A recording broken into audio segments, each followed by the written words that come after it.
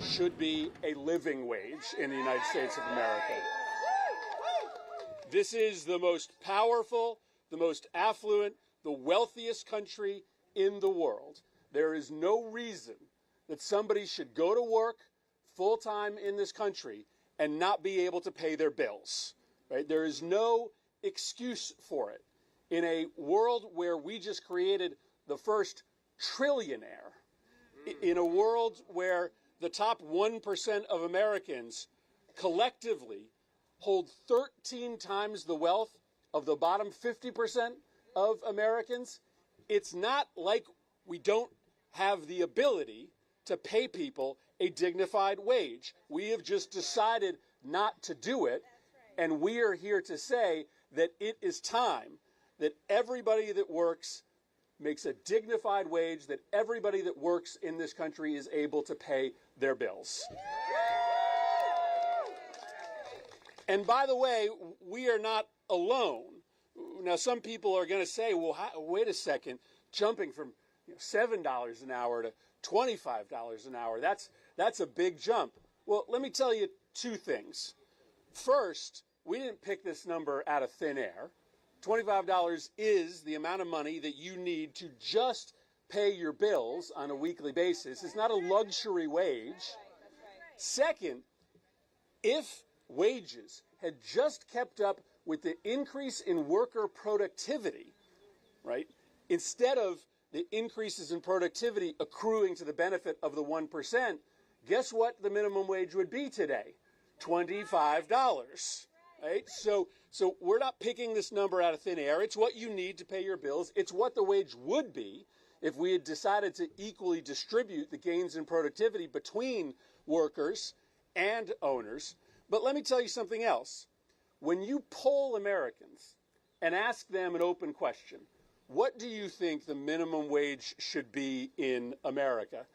Here's what Democrats say in answer to that poll: $27.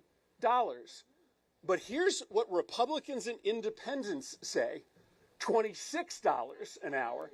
So out there in America, there is no difference between what Republicans, independents, and Democrats think about the status of our minimum wage today. They know it is criminally low.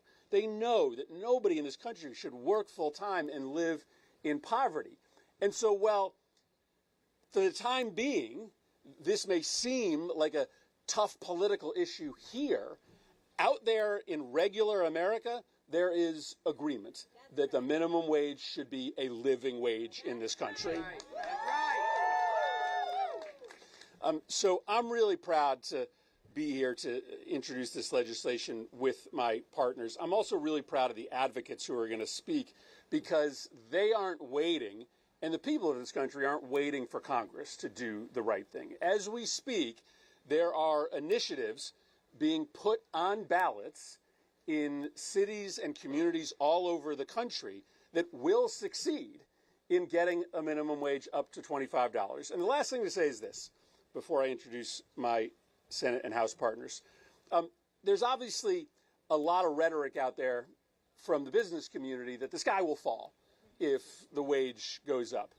But cities all across America have done the work already of showing what happens when you raise the wage far above the federal wage, and the sky doesn't fall.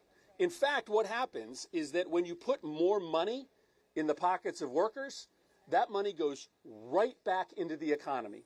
And so the people that worry legitimately that they won't be able to have the money to pay their employees the extra minimum wage find very quickly that when everybody in that community is being paid a fair wage, that money goes right back into the businesses and they are able to pay that wage. It's a virtuous cycle. And so don't believe the scare tactics. This is possible. This is necessary. And to me, it's a consensus reform that both Republicans and Democrats support. So we're going to push this really hard.